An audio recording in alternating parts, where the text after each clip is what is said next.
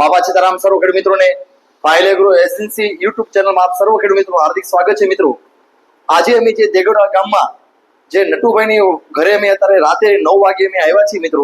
કારણ કે આજે અમે સાંજના 5 વાગે નાના કુટવડા જે આપણે નરવણસિંહ ને વાડી અમે ઓતરાનો વિડીયો ઉતાર્યો. પછી સાંજના સમયમાં જે પ્રવીણભાઈ પાંડવ છે એના ઘરે જે વાસ્તુ પૂજન હતું તો ના આવ્યા હતા. નાથી અમે એના ઘરની સામે અમારા જે ખેડૂત જે નટુભાઈ છે દેગોડા ગામના, તો એની ઘરની સામે અમે જ્યાં સોડા પીતા હતા તો અમને ખ્યાલ આવ્યો કે ભાઈ નટુભાઈનું ઘર સામે છે. તો અમે નટુભાઈને ફોન કરીને પૂછ્યું ભાઈ કે તમારી મગફળી ઓતરા વેરાયટી આપી હતી તમને કેવી લાગી?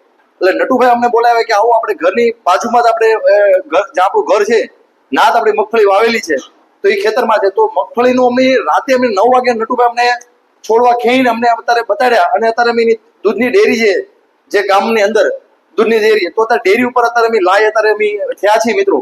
તો આજે આપણે નટુભાઈને પૂછીએ કે નટુભાઈનો પોતાનો પરિચય આપે અને નટુભાઈનો તો અભિપ્રાય પૂછીએ કે ભાઈ તમે જે મગફળી એરિનો કંપનીનું ઓતરા વેરાયટી કરી છે તો ઓતરા વેરાયટીમાં તમને ઉત્પાદન કેવું લાગ્યું છે? કે ઉનાળુ જાત છે ઓતરા જે વેરાયટી કરેલી છે ઉનાળામાં કરેલી છે, ચોમાસામાં તો આની કરતા ડબલ ઉત્પાદન આપે છે, પણ ઉનાળામાં જે એને દર વર્ષે જે ઉનાળુ મગફળી કરે છે અલગ અલગ વેરાયટી કરે છે જે મગડી ટાઈપની વેરાયટી કરે તો એમાં એને શું તફાવત છે? અને આ વખતે જે એરિનો કંપનીનું ઓતરા વેરાયટી વાવી છે તો એમાં શું તફાવત છે? તો આપણે નટુભાઈનો તો આપણે અભિપ્રાય પૂછે. નટુભાઈ, બાબા સીતારામભાઈ, સર્વપ્રથમ તો તમારું આખું નામ ને ગામ ને તમારો મોબાઈલ નંબર આપજો આપણે સર્વ ખેડૂત મિત્રો. મારું નામ નટુભાઈ કાળુભાઈ જાદવ, ગામ દેગોડા, તાલુકો મહુવા. મોબાઈલ નંબર છે 9427559234. તમે જે આપણે એરિનો કંપનીનું ઓતરા વેરાયટી આવી, જ્યારે તમે પહેલી મગફળીનું બિયારણ તમને આપી હતું કોને વેરાયટી પર? આ તમે જયસુખભાઈ પ્રાણ આપી હતું મને. હું બગડી ગોતવા ગયો હતો. તમે મગડી ગોતવા આવ્યા હતા મારી પાસે આવ્યા હતા અને મેં તમને કીધું કે ભાઈ આ વસ્તુ લઈ જાઓ તમે.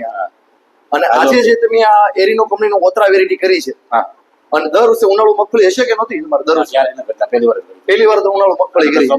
તો આજુબાજુમાં તમારી બાજુમાં જે મગફળીઓ વેરાયટી કરેલી છે ઉનાળુ ઓતરા જે વેરાયટી, તો એમાં વેરાયટીમાં આ ઓતરા વેરાયટીમાં શું ખાસિયત તમને લાગે? ઓતરામાં ફાલ સારો છે, ટૂંક સમયમાં પાકે છે અને સિંગ મોટી ને તગા હોય છે. મોટા ભાગના તગડો સિંગ થાય છે, 3 દાણા ડોડવા થાય છે, આડિયો સિંગ જેને આપણે કહી શકાય. આ વેરાયટી ઉભળી જાત આપણે વાવેલી છે અને કેટલા જાળી વાવેલું છે આપણે? 9ની જાળી હેમની જે વાવેલું છે. અને અત્યારે જે આપણે જે મગફળી જે જોઈ છે તો એમાં અંદાજિત તમને ઉત્પાદન કેટલા સરેશ બે એવું લાગે છે? આમ તો 30-35 મણનો અંદાજ છે મને. 30 થી 35 મણનો જો ઉત્પાદન બે અંદાજ છે. અને છતાં તમારા ઉનાળામાં હું આમાં કમી રહી કે જેથી કરીને તમને ઉત્પાદન ઓછું દેખાય છે? આમાં નિંદામણ બહુ હતું. બરાબર, નિંદામણ કાઢી પાણી વહી ગયું.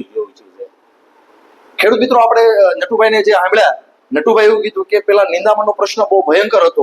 2 ફેરી દવા છાંટી પછી નિંદામણ ગયું તો પાણીની અછત પડી ગઈ, પાણી વહી ગયું. અને પાણી વહ્યા ગયા પછી અત્યારે તો નટુભાઈ એવું કહેવા માંગે છે કે આ વેરાયટીમાં મને 30 થી 35 મણનો ઉતારો એને બેસવાની શક્યતા વેરાયટી લાગે. કારણ કે જે મગડીની જે વેરાયટી આપણે આવે છે 5 નંબર આવે છે, 9 નંબર આવે, 66 નંબર આવે છે, એમાંથી આ સુધારેલી જે જાત છે એ વેરાયટી કરતા એને કરતા ડોડવો મોટો થાય, દાણો પણ મોટો થાય. આ જાવા વેરાયટી તરીકે ઓળખાય, એક્સપોર્ટ વેરાયટી છે. અને આમાં 30 થી 40% દાણો છે, તગડો દાણો થાય છે. અને તમે નજરે તમે જોઈ શકો છો, થોડું ઝૂમિંગ કરજો વિપુલભાઈ, કે જેથી કરી બધા કેવું જોઈએ કે આમાં તમે મેજોરિટી દાણા તમે 30 થી 40% દાણા તમને તગડો, જેને આપણે દેશી ભાષામાં હાંડિયો કહીએ, તો એને હાંડિયોમાં 30% તમને 40% તમને આવા હાંડિયો તમને જોવા મળે છે. તો નટુભાઈ, તમને શું કહેવા માંગો? ચોમાસામાં આઝાદ કરવા છે કે નહીં? ચોમાસામાં મારા ખેડૂતો આવે ને એ 5 મણ ને 10 મણ ને બુકિંગ કરતા હતા કે 30 મણ નું બુકિંગ થઈ ગયું છે. બરાબર, હું આજ વાવું એટલે તમે તમારી મગફળી બુકિંગ થઈ ગયું? 30 મણ નું બુકિંગ થઈ ગયું. નટુભાઈ એવું કહેવા માંગે છે કે જે અત્યારે ઉનાળુ મગફળી છે એનું ચોમાસું કરવા માટેનું બુકિંગ કેટલા મણનું થઈ ગયું? 30 મણનું બુકિંગ થઈ ગયું છે. તો મિત્રો, આ ઓછા પાણીએ પાકતી જાત છે, ઉતાવળી જાત છે, એક્સપોર્ટ વેરાયટી જાત છે, ઉભળી જાત છે. તો આ વેરાયટી ચોમાસામાં આ વર્ષે અલઅલીનો વધારે સક્રિય છે કે જેથી કરીને અત્યારે હવામાન વિભાગ એવું કહેવા માંગે છે કે આ વર્ષ નબળું વર્ષ રહે. તો નબળા વર્ષમાં ઓછા વરસાદમાં ઓછા પાણીએ પાકતી જાત હોય તો એકમાત્ર એવી વેરાયટી છે એરિનો કંપનીનું ઓતરા.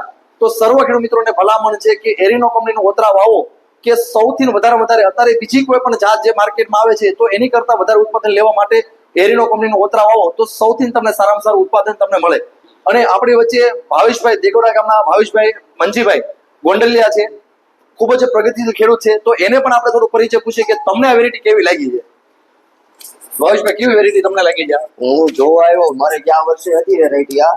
આ બીજી હતી એ 37 નંબર આ ટાઈપની જ હતી. 37 નંબર variety. 37 નંબર વેરાયટી હતી આ ટાઈપની જ તે હા. પણ ઉતારવા મારે 17 મણ જ થઈ હતી. 17 મણ દીધી હા. તમારે એટલે એમાં વજન મારે- નહોતું એમાં? હા, એમાં વજન નહોતો આવ્યો, એમાં દાણો નહોતો ભરાણો અને આમાં બધો જ દાણો એક હરખો એક સમાન ભરાઈ ગયેલો છે. હા. કે જેવી રીતે આપણે ચોમાસે ભરાતો હોય ને એવો અત્યારે ભરાઈ ગયો છે. અને આપણે મિત્રો આ ઈ જે ભાવેશભાઈ જે વાત કરે છે કે દાણો જે આમાં જે ભરવાની જે છે અત્યારે દાણો ફોલાતો નથી. દાણો તમે જોઈ શકો, હવે થોડું ઝૂમિંગ કરજો કે પૂરેપૂરો દાણો ભરાય છે.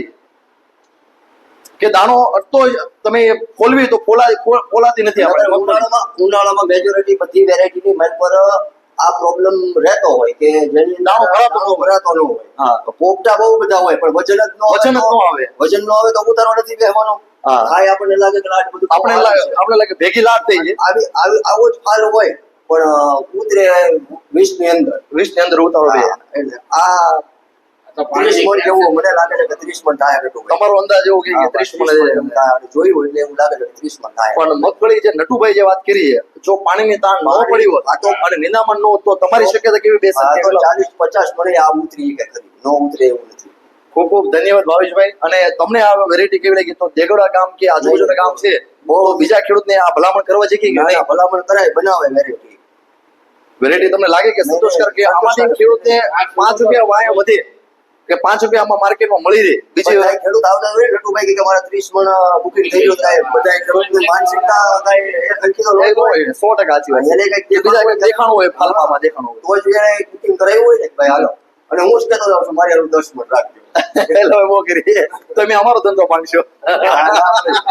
અહીંયા 5 રૂપિયા સસ્તી આવે તો હું કહું ને ભાઈ નહીં ખૂબ ખૂબ આભાર.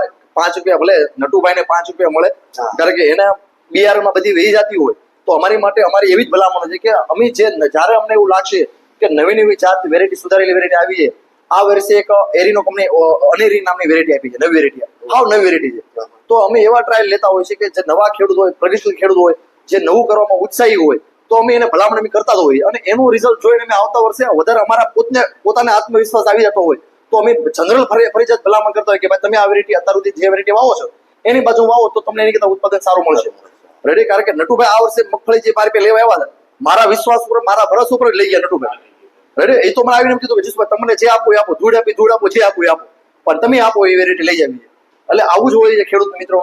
તો આજે જે એરીનો વોતરા જે નટુભાઈ કર્યું અને જે અમને અત્યારે રાતે પણ અમને બતાડી એ બદલ ખૂબ ખૂબ આભાર બંને ભાઈનો. સર્વ ખેડૂત મિત્રોને બાપા સીતારામભાઈ.